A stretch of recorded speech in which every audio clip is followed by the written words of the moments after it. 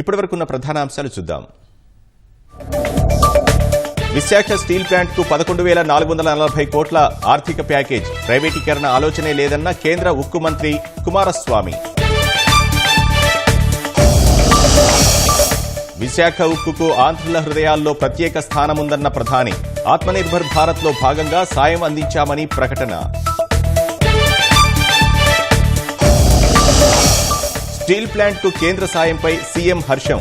వికసిత్ ఆంధ్ర నిర్మాణంలో కీలక ఘట్టమని అభివర్ణన.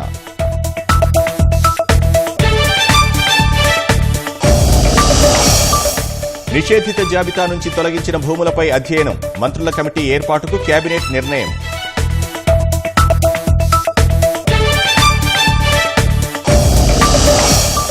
సిఐడి మాజీ చీఫ్ సునీల్ కుమార్ పై విచారణకు ప్రభుత్వం ఆదేశం.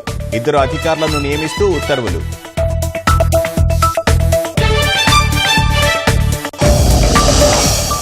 పెట్టుబడులకు భారత్ స్వర్గధామమన్న ప్రధాని. ఎలక్ట్రిక్ వాహనాల విస్తరణకు విధానపర నిర్ణయాలు తీసుకుంటున్నామని వెల్లడి.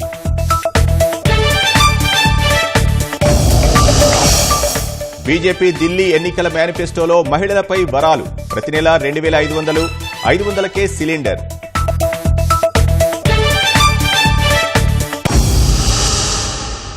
ఒక పక్క విశాఖపట్నానికి ఉత్తరాంధ్రలో మేము ఏది చెప్పాము అవన్నీ కూడా ఈరోజు కార్యరూపం దాల్చే పరిస్థితికి వచ్చింది. ఒక పక్క టీసీఎస్, యువతకు ఉద్యోగాలు, ఇంకొక పక్క గూగుల్ని కూడా మెప్పిస్తున్నాం, ఎంఓయూ చేశాం. అది కూడా వస్తే data centre, artificial intelligence, data అనలిటిక్స్లో ముందుకు పోతాం. ఇక్కడి నుంచి సింగపూర్కి కూడా ఏదైతే సీ కేబుల్ వేసి, ఇన్లాండ్ కేబుల్ ఒకటి సీ కేబుల్ వేసి అక్కడి నుంచి కనెక్ట్ చేసే పరిస్థితికి వస్తుంది. It is a great achievement అవుతుంది. ఇది కాకుండా మొన్ననే గ్రీన్ హైడ్రోజన్, ఒక పక్క ఎన్టీపీసీ, జెన్కో జాయింట్ వెంచర్ కింద ముందుకొచ్చారు. 1,80,000 కోట్లు ఖర్చు పెట్టే పరిస్థితికి వస్తుంది. ఇది కాకుండా ఇంకొక పక్కన మీరు చూస్తే ఏదైతే నిన్న మొన్న గట్టిగా చెప్పి ఇది చేశాం, ఆర్సీఆర్ మిత్తల్. అల్టిమేట్గా ఈ ప్రాజెక్టు 14 లక్షల మిలియన్ యూనిట్లు, 14 million metric tons steel plant ఇది. దీనికి కావలసిన ఐరన్ ఓర్ అయితే గవర్నమెంట్ ఆఫ్ ఇండియాను ఒప్పించాం. ఫేజ్ 1లో 7 మిలియన్ మెట్రిక్ టన్నుల ఐరన్ ఓర్ ఇవ్వడానికి ఒప్పుకున్నారు. అది కూడా పిట్ హెడ్ దగ్గర పైపులేసి స్లర్రీ రూపేణ తీసుకొస్తున్నారు. ఇది నక్కపల్లి దగ్గర తొందరలోనే ప్రారంభం అవుతుంది. ఈరోజు రేపు ఎంఓయూ చేస్తున్నాం. ఆ ఎంఓయూ అవుతానే పని కూడా ప్రారంభిస్తారు. ఒక స్టీల్ సిటీ వస్తుంది. ఒక పక్క గూగుల్ మొత్తంగా డేటా సెంటర్ రావడం, ఇంకొక పక్కన మీరు చూస్తే ఆర్సీఆర్ మిత్తల్ ఈ ప్రాజెక్ట్ వస్తే విశాఖపట్నం, అనకాపల్లి మొత్తం కలిసిపోయే పరిస్థితి వస్తుంది. One of the best project ఇది కూడా రాబోతుంది. ఇవి కాకుండా ఇంకొక పక్కన మీరు చూస్తే ఓర్వకల్లో 2,786 కోట్లతో ఇండస్ట్రియల్ స్మార్ట్ సిటీకి ముందుకు పోయాం. కొప్పర్తిలో ఇండస్ట్రియల్ స్మార్ట్ సిటీకి 2,137 కోట్లు అక్కడ కూడా మొన్నే శాంక్షన్ అయింది. ఇంకో పక్క నక్కపల్లిలో ఈ స్టీల్ సిటీయే కాకుండా 14,000 కోట్ల పెట్టుబడులతో ఒక ఫార్మా సిటీ వస్తూ ఉంది, బల్క్ డ్రగ్ పార్క్ వస్తుంది. దీనివల్ల ఒక 70,000 మందికి ఉద్యోగాలు వచ్చే పరిస్థితికి వస్తాయి. ఇలాంటివన్నీ కూడా మీరు ఒకసారి చూసినప్పుడు ఇంకొక పక్కన మీరు చూస్తే ఒక 55,000 కోట్ల రూపాయలతో నేషనల్ హైవేస్ అన్నీ కూడా రాబోయే 2-3 సంవత్సరాల్లో పూర్తి చేస్తున్నాం.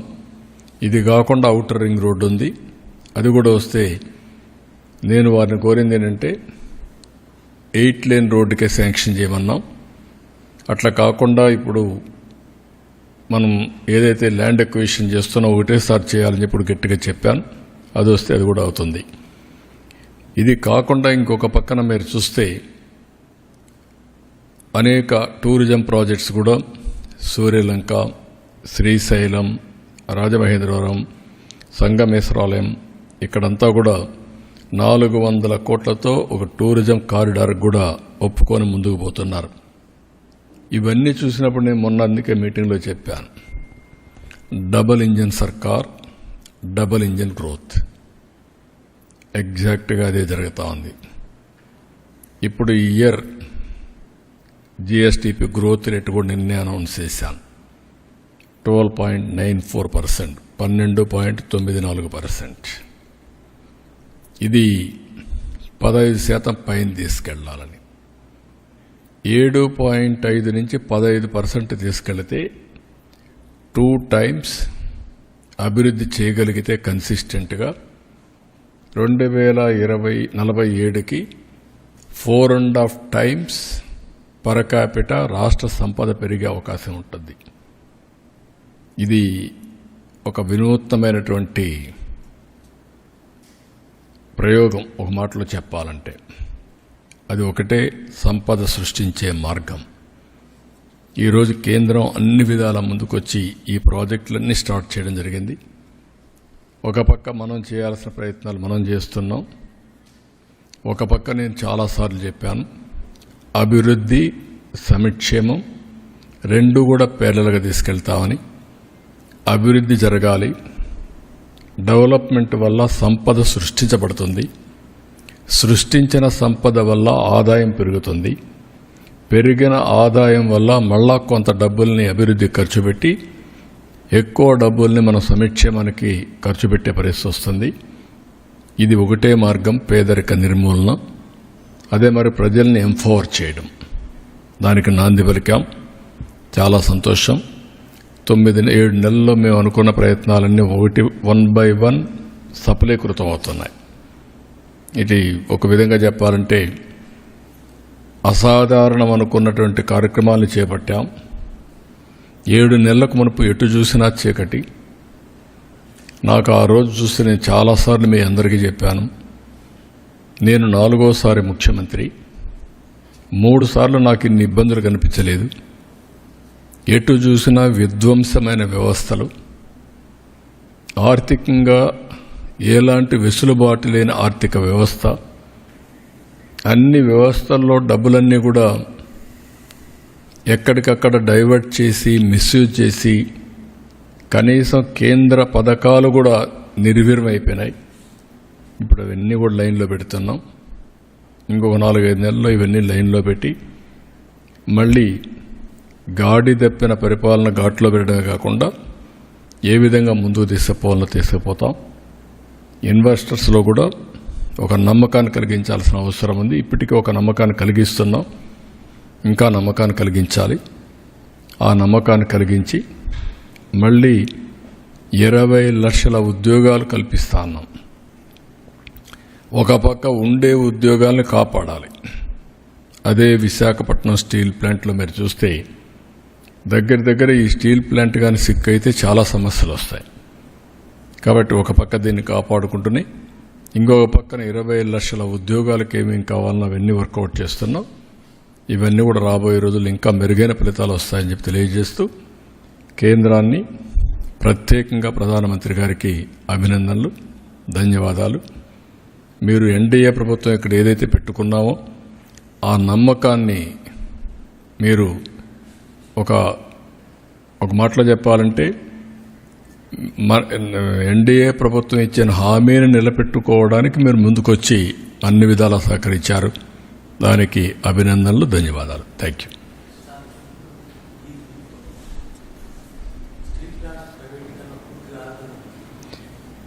స్టీల్ ప్లాంట్ ప్రైవేటీకరణ సమస్య రాదు. ఇప్పుడు రివైవల్ ప్యాకేజ్ ఇచ్చినాక మనం చేయాల్సిన పని, దీన్ని ఏదో ఇచ్చారు కాబట్టి మేము మా ఇష్ట ప్రకారం చేస్తామంటే ఎవరైనా సరే హెల్ప్ చేస్తారు. నేను అందుకే చాలాసార్లు చెప్తున్నాను, కేంద్రానికి చాలా రాష్ట్రాలు ఉన్నాయి. ఆంధ్రప్రదేశ్లో మనకు ఒకే స్టీల్ ప్లాంట్. మనం కూడా కష్టపడకుండా దీన్ని రివైవ్ చేయకుండా అడుకొక్కసారి మీరు చేయాలి అని చేస్తే ఇది taxpayers money. Taxpayers money సమర్థవంతంగా మనం ఉపయోగించుకోవాలి. కేంద్రం చేసే నిర్ణయాలు కానీ, ప్రాపర్ సీఈఓని పెట్టడం కానీ, అందరూ కలిసి సమర్థవంతంగా పనిచేయడం కానీ ఈరోజు మీరు చూశారు. ఆర్సీఆర్ మిత్తల్ 14 మిలియన్ మెట్రిక్ టన్నుతో స్టీల్ ప్లాంట్ పెడతానంటున్నాడు. 1,50,000 నుంచి 1,70,000 కోట్ల రూపాయలు అవుతుంది. ఒక స్టీల్ సిటీయే కడతా ఉంటున్నాడు. ఇది ఎంత మొత్తం కలిసి 2 లక్షల 2 మిలియన్ 3 మిలియన్ అనుకుంటా. టోటల్ ఇన్స్టాల్డ్ కెపాసిటీ 7.3 మిలియన్ యూనిట్లు. ఇప్పటి వరకు 3నే రన్ అయ్యేది. ఇప్పుడు రెండు ఫర్నేసులు రన్ అవుతున్నాయి. మొన్న 1,600 కోట్లు ఇచ్చిన తర్వాత 2 ఫర్నేసులు అంత మునుపు ఒకటి కూడా లేదనుకుంటా. కొన్ని రోజులు ఆగిపోయింది. షట్ డౌన్ చేసే పరిస్థితికి వచ్చినప్పుడు 2 చేసి అక్కడి నుంచి స్టార్ట్ చేశారు. ఆ 1,650 కోట్ల రూపాయలు ఇమీడియట్గా ఇచ్చారు. కాబట్టి మళ్లీ ఐరన్ ఓర్ అప్పిప్పించారు. రాష్ట్ర ప్రభుత్వం కట్టవలసిన పవర్ ఛార్జెస్ కూడా మేము అడగకుండా వాయిదా వేసుకుంటా వచ్చాం. నెలకు 80 కోట్ల రూపాయలు పవర్ ఛార్జెస్ అవుతాయి. ఈ 4-5 నెలలు వాళ్ళు కట్టడం లేదు. నీటి ఛార్జీలు కూడా కట్టడం లేదు మున్సిపాలిటీకి. అది కూడా వాయిదా వేసాం. ఇంకా ఎప్పటి వరకు వాయిదా వేయాలో చూడాలి. కేంద్రం ఏ విధంగా వస్తారు. మేము కూడా సిద్ధపడ్డాం. ఎందుకు సిద్ధపడ్డాం? అక్కడుండే ఎంప్లాయ్మెంట్ దెబ్బతినకుండా ఉండాలని సిద్ధపడ్డాం.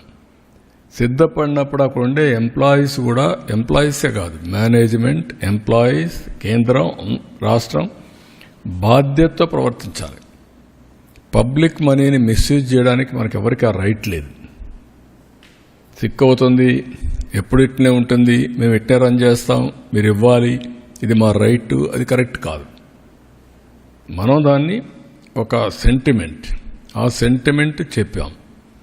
ఆ సెంటిమెంట్ చెప్పి తెచ్చిన తర్వాత దీన్ని మాట కూడా ఇచ్చాం. మేము ఏమని ఇచ్చాం? దీన్ని రివైవ్ చేస్తాం, మేము సహకరిస్తామని. అందరూ కూడా సహకరించాలి. సహకరించి దీన్ని రివైవ్ చేయాల్సిన బాధ్యత మనందరిపైన ఉంది. ఉద్యమాలు చేయడం కాదు, ఉద్యమాలు జయప్రదమైనాయి. ఇప్పుడు మనం అనుకుని సాధించాం. సాధించిన తర్వాత ఉద్యమ స్ఫూర్తితో పనిచేయాలి ప్రతి ఒక్కరు కూడా. ఒక్క ఎంప్లాయీస్ పనిచేస్తేనే సాధ్యం కాదు. మేనేజ్మెంట్ సరిగా లేదనుకోండి, ఉద్యోగస్తులు పనిచేసే లాభం ఏంటి? మిస్మేనేజ్మెంట్ ఉంటే. కాబట్టి ఇక్కడ పెట్టాల్సింది సమర్థవంతమైన మేనేజ్మెంట్ తీసుకురావాలి, నిర్వహణ సమర్థవంతంగా చేయాలి. దేశంలో ఇదేం కొత్త కాదు. 300 మిలియన్ మెట్రిక్ టన్నులు స్టీల్ ప్లాంట్స్ రావాలని చెప్పి ప్రధానమంత్రి గారు కోరుకుంటున్నారు. అలాంటప్పుడు ఇది 7.3, ఇది పక్కనే మనకు ఒక 14 మిలియన్ మెట్రిక్ టన్నులు స్టీల్ ప్లాంట్ వచ్చే పరిస్థితి వస్తుంది. ఇవన్నీ వచ్చినప్పుడు మీలో కూడా ఆ స్పిరిట్ రావాలి, ఆ స్ఫూర్తి రావాలి. That is where they have to work it out. All of us has to work as a team. అది టీమ్గా వర్క్ చేసి సాధిస్తాం.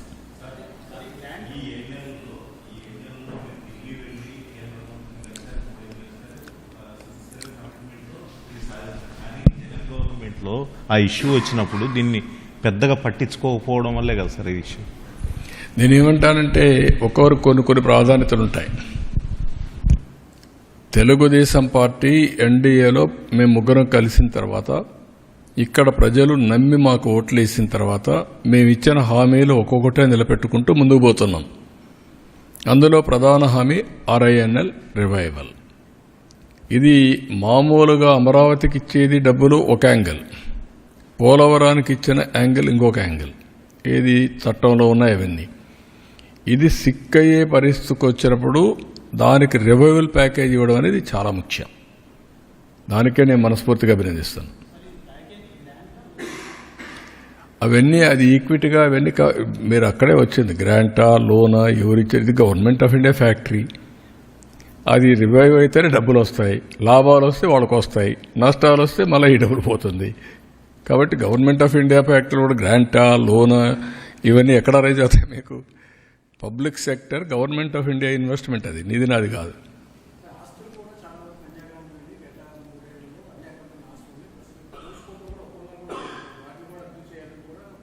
ఏది ఆ కొరియన్ స్టీల్ కంపెనీ గురించి గతంలో న్యూస్ వచ్చింది. ఇప్పుడు అవన్నీ అయిపోయినాయి కదా. ఇప్పుడు ఈ ప్యాకేజ్ ఇచ్చినాక అవన్నీ ఏమున్నాయి? ఇంకా మనం అన్నిటికీ ఫార్మాలిటీస్కి పోయి లేనిపోయిన ప్రాబ్లమ్స్ తెచ్చుకోవడం కంటే ఇచ్చిన అవకాశాన్ని సద్వినియోగం చేసి నేర్చుకోవాలి. పాజిటివ్ థింకింగ్ నేర్చుకోవాలి. రేపు అందుకే స్వచ్ఛ భారత్ పెట్టాము మీ అందరికీ పెట్టింది ముందు మైండ్ మార్చుకోమన్నా.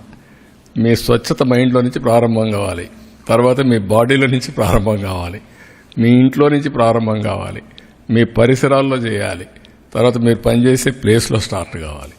అప్పుడే స్వచ్ఛత వస్తుంది. మన ఆలోచన బుర్రగానే చెడిపోయిందనుకో, ఎంచోపైన రంధ్రాలు ఎట్ట పెట్టాలని ఆలోచిస్తే రంధ్రాలే కనపడొస్తాయి. అది మానేయండి. ఇంకా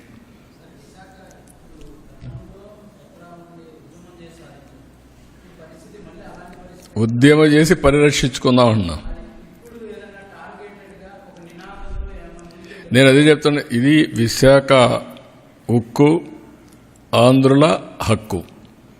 ఇప్పుడు విశాఖ ఉక్కు ఆంధ్రుల సెంటిమెంట్. అదే మాదిరిగా దీన్ని కాపాడుకోవడానికి ఈరోజు అందరం కలిసి పనిచేశాం. కేంద్రం సహకరించింది. ఇప్పుడు ఒక ఉద్యమ స్ఫూర్తితో పనిచేద్దాం.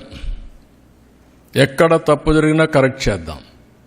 కరెక్ట్ చేసి ప్రైవేట్ వాళ్లే కాదు పబ్లిక్ సెక్టర్లో కూడా సంపద సృష్టించగలదా నిరూపిద్దాం. మనమేమి, అందుకే నేను చాలాసార్లు చెప్పాను, దీన్ని ఏ విధంగా చేయాలన్న అవసరమైతే ఇంకా దీన్ని ఎట్లా ముందు తీసుకుపోవాలని ఆలోచిద్దాం. అందరిలో స్ఫూర్తిని తీసుకొద్దాం, ఐకమత్యం తీసుకొద్దాం, భావితరాలకు ఆదర్శంగా చేద్దాం. Will work it out. నేను కూడా దీని మీద ఇన్వాల్వ్ అవుతాను. అదే ముఖ్యమంత్రిగా నాకు కూడా ఒక బాధ్యత ఉంది. కేంద్రాన్ని మెప్పించి ఈరోజు 11,400 కోట్లు తీసుకొచ్చినప్పుడు ఏ హామీ అయితే ఇచ్చామో ఆ హామీని నిలబెట్టుకోవడానికి నేను కూడా ఆ దిశగా ఆలోచించాలి. అది రివైవ్ అయినప్పుడే ఆ నమ్మకం నిలబెట్టుకున్నట్టు అవుతుంది. నేనేమంటానంటే, ఎవ్వరికి సమాధానం అంటే, ఇప్పుడు గవర్నమెంట్ ఆఫ్ ఇండియాలో ఏమైందంటే, మన రాష్ట్రంలో ఉండే ప్రాజెక్టు కూడా ఒక మైనింగ్ ఉంది, మేజర్ మైనింగ్. అది కూడా నేను ఇవ్వడానికి ఎవరికంటే వాళ్ళకి ఇవ్వడానికి వీలు లేదు. అది కూడా పబ్లిక్ ఆక్షన్లోనే పార్టిసిపేట్ చేసి వేయాలి. దానికి కారణం ఏంటి? ఇంతవరకు మీరంతా కూడా ఎక్కడికక్కడ లాలూచీపడి అమ్మేస్తున్నారు. ట్రాన్స్పరెన్సీకి రావాలి. ఆ ట్రాన్స్పరెన్సీ రావాలంటే ఓపెన్ ఆక్షన్ వేస్తేనే ఎవరు కావాలంటే వాళ్ళు పాడుకోవచ్చు. ఇప్పుడు ఆ ఓపెన్ ఆక్షన్లో ఎవరు పాడుతున్నాం? NMDC, even mining corporation of Andhra Pradesh, private, public అందరూ పోటీ పడుతున్నారు. పోటీ పడి మళ్ళా వీళ్ళకి మైన్ ఇస్తున్నారు. ఇప్పుడు మీరు చెప్పినట్టు కేంద్రంలో 11,400 కోట్లు ఎవరి డబ్బులు? ఇది కేంద్రం డబ్బులే కదా. ఏదో ఒక విధంగా మీకు డబ్బులు ఇచ్చారు కదా. దానికి దీనికి సంబంధం ఏంటి? ఒక పాలసీ పెట్టుకున్నప్పుడు ఆ పాలసీని చేస్తున్నప్పుడు కాదు నా కోసమే పాలసీ మారుస్తామంటే ఎక్కడ మారుస్తారు? వాళ్ళు ఇది ఇప్పుడు వచ్చింది కాదు, సమర్థవంతంగా పనిచేయడం కోసం ఒక పాలసీ తీసుకున్నారు. ఇప్పుడు ఆర్సీఆర్ మిత్తలు పెట్టాడు. వాళ్ళకు కూడా ఓపెన్ మార్కెట్ ప్రకారమే ఇస్తున్నారు. ఆ ఓపెన్ మార్కెట్లో ఏ ఐరన్ ఓర్ అయితే ఇస్తారో అది కూడా వీళ్ళకి ఇస్తారు. ఎందుకు మనం కంపీట్ చేయకూడదు? మనకు 20,000 ఎకరాలు మీకు ఫ్రీగా ఇచ్చాం. ఎప్పుడో పెట్టిన ప్లాంట్ ఇది. ఎందుకు మనం వాళ్ళతో పోటీ పడలేం? ఎందుకు కంపీట్ చేయలేం? That is the spirit you have to take. వాళ్ళకేది ఫేవరబుల్గా ఇవ్వడాలి కదా ఐరన్ ఓర్. వాళ్ళకు అట్లా ఇస్తారు, మనకు అదే ఇస్తున్నారు. ఇచ్చినప్పుడు సేమ్ రేటుకు వచ్చినప్పుడు ఎందుకు మనం కంపీట్ చేయకూడదు అంటా నేను. కంపీట్ చేయాలి. That is where I'm asking.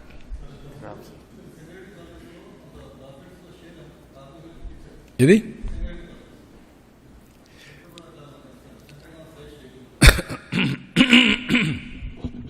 చాలా మోడల్స్ ఉన్నాయి. అక్కడ ఇచ్చింది అది డిఫరెంట్ అకేషన్. ఇక్కడ మెయిన్గా మేనేజ్మెంట్ రావాలి. తర్వాత ప్రాఫిట్స్ వచ్చినప్పుడు ఏం చేయాలని ఆలోచించాలి. అక్కడ నేను చేసింది అప్పట్లో దగ్గర 25 years బ్యాక్ అనుకోండి. 20 years back, 25 years almost all 95-2000 మధ్యలో చేశాను. ఆల్మోస్ట్ ఆల్ క్లోజ్ అయిన ఫ్యాక్ట్ ఇది సింగరేణి కాలరీస్. 1,00,000 మంది ఉద్యోగస్తులు. 1,00,000 మంది ఉద్యోగస్తులు యూనిట్ క్లోజ్ అయిపోయింది, ఇంకెవ్వరు రివైవ్ చేయరంటే ఐ సెడ్ నో. నేను అప్పుడు ఇవన్నీ ఎగ్జామిన్ చేసి దెన్ నేను ఒక పాలసీ ఇచ్చాను. వాళ్ళకి జీతాలు ఇచ్చేది ఇస్తాం, ప్రాఫిట్లో 25% 33% కార్మికులకు డబ్బులు మళ్ళా తిరిగి ఇస్తామని చెప్పి పెట్టాను. 1/3 25% ఆ ప్రాంతంలో. దాంతో స్పిరిట్ పెరిగింది, బాధ్యత వచ్చింది, మంచి ఎండీలు వేశాను, లాభాలు వచ్చాయి. అక్కడి నుంచి రివైవ్ అయింది. ఈరోజు సింగరేణి కాలరీస్ ఒక బలమైన వ్యవస్థగా తయారయ్యే పరిస్థితి వచ్చింది. ఆ ఒక్క నిర్ణయం, ఆ నిర్ణయంలో లాభాలతోనే కాదు, లాభాలు తీసుకొచ్చే మేనేజ్మెంట్ ఇచ్చాం, స్ట్రెంగ్త్ని ఇచ్చాం, మానిటర్ చేశాం. అందుకే మీరు జ్ఞాపకం పెట్టుకోవాల్సింది, ఒకసారి యాక్సిడెంట్ అయింది. నేను సింగరేణి కాలరీస్కి వెళ్ళాను. మా సెక్యూరిటీ అన్నారు మీరు లోపల పోవడానికి లేదని, అండర్ గ్రౌండ్ మైన్. నేను ఎక్కడైతే యాక్సిడెంట్ జరిగిందో అక్కడ దాకా పోయాను. మా వాళ్ళు అబ్జెక్ట్ చేశారు. ఐ సెడ్ నో, లేదు సార్ లూజ్గా ఉంది, ఏదైనా పడిపోతుందేమో, మీ లైఫ్ ఈజ్ ఇంపార్టెంట్, మీ security is important. I said no. నేను కాన్ఫిడెన్స్ క్రియేట్ చేయాలి నా వర్కర్స్కి. వెళ్తానని చెప్పి వెళ్ళి చూసి బయట వచ్చిన తర్వాత ఫస్ట్ టైం ప్యాకేజ్ ఇచ్చాను. అంతవరకు ఎవ్వరు ఇవ్వాలి. అప్పట్లోనే 25 lakhs ఇచ్చాను. That is how we revived. కాబట్టి ఇవన్నీ కూడా ఒక నమ్మకాన్ని కల్పించే అడ్మినిస్ట్రేషన్ కార్మికుల్లో కానీ అందరిలో ఇచ్చాం. అదే మరి దీనికి కూడా ఇంకా ఇన్నోవేటివ్ పాలసీస్ ఉంటే will work it out all policies. Visakha steel plant పరిరక్షణకు కేంద్రం ఊపిరిలూదింది. నష్టాలు కష్టాల్లో ఉన్న ప్లాంట్కు తిరిగి జవసత్వాలు కలిగించేలా 11,440 కోట్ల రూపాయలతో ప్రత్యేక ఆర్థిక ప్యాకేజీని ప్రకటించింది. ప్రధాని నరేంద్ర మోదీ నేతృత్వంలో గురువారం జరిగిన ఆర్థిక వ్యవహారాల కేబినెట్ కమిటీ సమావేశంలో నిర్ణయం తీసుకున్నట్లు కేంద్ర ప్రభుత్వం అధికారిక ప్రకటన విడుదల చేసింది. ఈ ప్రత్యేక ప్యాకేజ్ ద్వారా స్టీల్ ప్లాంట్కు పునర్వైభవం వస్తుందని కూటమి నేతలు, కేంద్ర రాష్ట్ర మంత్రులు ఆశాభావం వ్యక్తం చేశారు. విశాఖ ఉక్కు ఆంధ్రుల హక్కు నినాదం మరోసారి ప్రతిఫలించింది. కార్మికుల పోరాటాన్ని కేంద్రం గుర్తించింది. విశాఖ స్టీల్ ప్లాంట్ ను పరిరక్షించాలంటూ పదే ముఖ్యమంత్రి చంద్రబాబు కేంద్ర పెద్దల వద్ద చేసిన విజ్ఞప్తులకు సమాధానం దొరికింది. విశాఖ స్టీల్ ప్లాంట్ కు ప్రధాని మోదీ నేతృత్వంలోని కేంద్ర కేబినెట్ ప్రత్యేక ప్యాకేజీని ప్రకటించింది. ఈ నిర్ణయాన్ని కేంద్ర మంత్రి అశ్విని వైష్ణవ్ తో పాటు ఉక్కు శాఖ మంత్రి కుమారస్వామి వెల్లడించారు. ప్రధాని చొరవతోనే ఈ నిర్ణయం తీసుకోవడం జరిగిందన్నారు. When they are producing 3 million ton of steel, very comfortably they are doing successfully. When they decided to expand from 3 million ton to 6.3 million ton, they have raised their loan of 11,000 crore from different banks with the interest of 13%.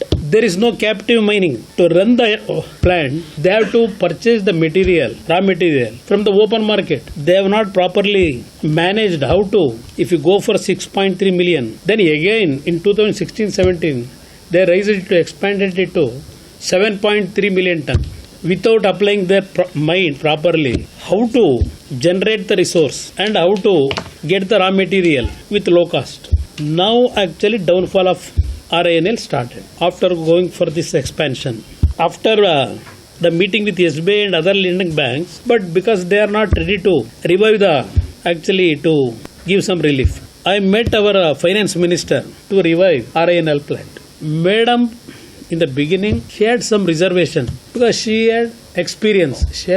Because I am a new person to take care of the ministry. Because her experience, she advised me in several ways. Then after that, I went to PMO. I requested the PMO. There some positive reaction started. Ultimately, our Prime Minister is most generous. He will going to give all cooperation in this regard. This package was decided. Our ministry has taken a challenge to revive this plant. By 2025, July or August, all the 3 furnaces will going to work. By that time, even the finance ministry also given direction. At least you must reach 92%. For that actually we are working out. If once we reach 92%, definitely the effort which we have from last 6 months worked out, it will give good fruitful, we will get it, I think. Ultimately, I think Lord Venkateshwara is there, given us full blessing on us. We are going to successfully show that Visakhapatnam plant will be the #1 plant in India in the steel production. That is my challenge I have taken. Privatization issue will not arise in INA issue. Any chance to merge RINL into SAIL, sir? No, that is all future issues. Let us see. First, our first priority to revive the plant with more strength. Visakha ఉక్కు కర్మాగారానికి ఆంధ్రప్రదేశ్ ప్రజల హృదయాల్లో ప్రత్యేక స్థానం ఉందని ప్రధాని నరేంద్ర మోదీ అన్నారు. అందుకే గురువారం జరిగిన కేబినెట్ భేటీలో 10,000 కోట్ల రూపాయల ప్యాకేజీని ఈక్విటీ మద్దతుగా ప్రకటించామన్నారు. ఆత్మనిర్భర్ భారత్లో భాగంగా ఉక్కు రంగం ప్రాముఖ్యతను అర్థం చేసుకుని ఈ నిర్ణయం తీసుకోవడం జరిగిందన్నారు. రాష్ట్ర వ్యాప్తంగా నిషేధిత జాబితా నుంచి భూముల్ని తొలగించిన వ్యవహారంపై విచారణ చేయించాలని మంత్రిమండలి తీర్మానించింది. సచివాలయంలో సీఎం చంద్రబాబు అధ్యక్షతన జరిగిన భేటీలో ఈ నిర్ణయం తీసుకున్నారు. 22A నిషేధిత జాబితా నుంచి భూముల్ని నిబంధనలకు విరుద్ధంగా తొలగించిన అంశంపై నివేదిక ఇవ్వాలని ఆయా జిల్లాల ఇన్ఛార్జ్ మంత్రులను సీఎం ఆదేశించారు. అర్బన్ ల్యాండ్ సీలింగ్ భూముల క్రమబద్దీకరణ దరఖాస్తుల గడువు 2025 డిసెంబర్ 31 వరకు పొడిగించేందుకు కేబినెట్ తీర్మానం చేసింది. రాష్ట్రంలో అందరికీ ఇళ్ల పథకం కింద పట్టణ ప్రాంతాల్లో 2 సెంట్లు, గ్రామీణ ప్రాంతాల్లో 3 సెంట్ల చొప్పున పట్టాలు పంపిణీ చేసేందుకు గాను మార్గదర్శకాల జారీకి ఆమోదం తెలిపింది. రాష్ట్రంలో ధాన్యం సేకరణకు సంబంధించి ఏపీ మార్క్ఫెడ్ 700 కోట్ల రుణ సేకరణకు ప్రభుత్వం హామీ ఇచ్చేందుకు కేబినెట్ ఆమోదం తెలిపింది. ఏపీ ఫెర్రో అలైస్ విద్యుత్ సుంకం టారిఫ్ తగ్గింపును కొనసాగించేందుకు అంగీకరించింది. 62 నియోజకవర్గాల్లో 63 అన్నా క్యాంటీన్ల ఏర్పాటుకు తీర్మానించింది. తోటపల్లి బ్యారేజ్లో కుడి ఎడమవైపు మొత్తం 3 మెగావాట్ల మినీ హైడల్ ప్రాజెక్టుల నిర్మాణం కోసం కేబినెట్ ఆమోదం తెలిపింది. కృష్ణానదిలో ప్రకాశం బ్యారేజ్కి దిగువన కుడివైపున రక్షణ గోడ నిర్మాణం కోసం 294 కోట్లు కేటాయించేందుకు అంగీకరించింది. ఏపీ ఇండస్ట్రియల్ కారిడార్ డెవలప్మెంట్ కార్పొరేషన్కు కడప జిల్లా కొప్పర్తిలో 2,595 ఎకరాలు, కర్నూలులో 2,621 ఎకరాల భూ బదలాయింపునకు స్టాంప్ డ్యూటీ మినహాయింపునకు ఆమోదం తెలిపింది. గ్రామ వార్డు సచివాలయాల రేషనలైజేషన్ ప్రక్రియకు కేబినెట్ తీర్మానించింది. 3 కేటగిరీలుగా గ్రామ వార్డు సచివాలయాలు ఉద్యోగులను విభజిస్తూ నిర్ణయం తీసుకుంది. వచ్చే ఆర్థిక సంవత్సరం ప్రారంభంలోనే తల్లికి వందనం, అన్నదాత సుఖీభవ, మత్స్యకార భరోసా అమలుకు సిద్ధం కావాలని సీఎం చంద్రబాబు నిర్ణయించారు. పోలవరం డయాఫ్రమ్ వాల్ వెంటనే ప్రారంభమవుతుందన్న సీఎం రాజధాని అమరావతి పనులు కూడా వెంటనే ప్రారంభమవుతాయని చెప్పారు. మంత్రివర్గ సమావేశం అనంతరం పలు రాజకీయ అంశాలపై చర్చ జరిగింది. సిఐడి మాజీ చీఫ్ సీనియర్ ఐపీఎస్ అధికారి పివి సునీల్ కుమార్పై విచారణ అథారిటీని వేస్తూ ప్రభుత్వం ఉత్తర్వులు జారీ చేసింది. ఆయనపై వచ్చిన అభియోగాలపై విచారణ జరిపించాలని నిర్ణయించింది. విచారణ అథారిటీలో రెవెన్యూ శాఖ ప్రత్యేక ప్రధాన కార్యదర్శి ఆర్పి సిసోడియా, విజిలెన్స్ డీజీ హరీష్ కుమార్ గుప్తాలను నియమిస్తూ ప్రభుత్వం ఉత్తర్వులిచ్చింది. సాధ్యమైనంత త్వరగా సునీల్ కుమార్పై నమోదైన అభియోగాలపై నివేదిక ఇవ్వాలని ప్రభుత్వం ఆదేశించింది.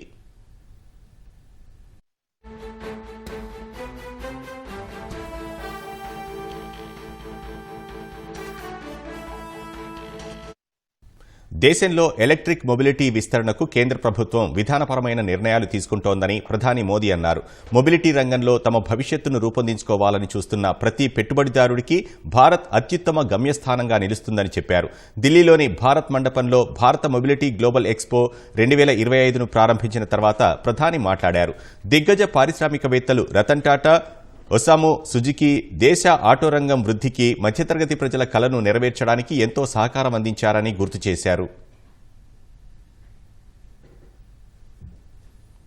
ఢిల్లీ అసెంబ్లీ ఎన్నికల నేపథ్యంలో మహిళలకు అధిక ప్రాధాన్యత ఇస్తూ బీజేపీ మేనిఫెస్టోను విడుదల చేసింది. బీజేపీ జాతీయ అధ్యక్షుడు కేంద్ర మంత్రి జేపీ నడ్డా ఢిల్లీలో మేనిఫెస్టోను ప్రకటించారు. మహిళలకు ప్రతి నెల 2,500 ఆర్థిక సాయం, 60 నుంచి 70 ఏళ్ల వృద్ధులకు 2,500 పెన్షన్, అంతకంటే ఎక్కువ వయసున్న వారికి 3,000 పింఛన్ ఇస్తామని హామీ ఇచ్చారు.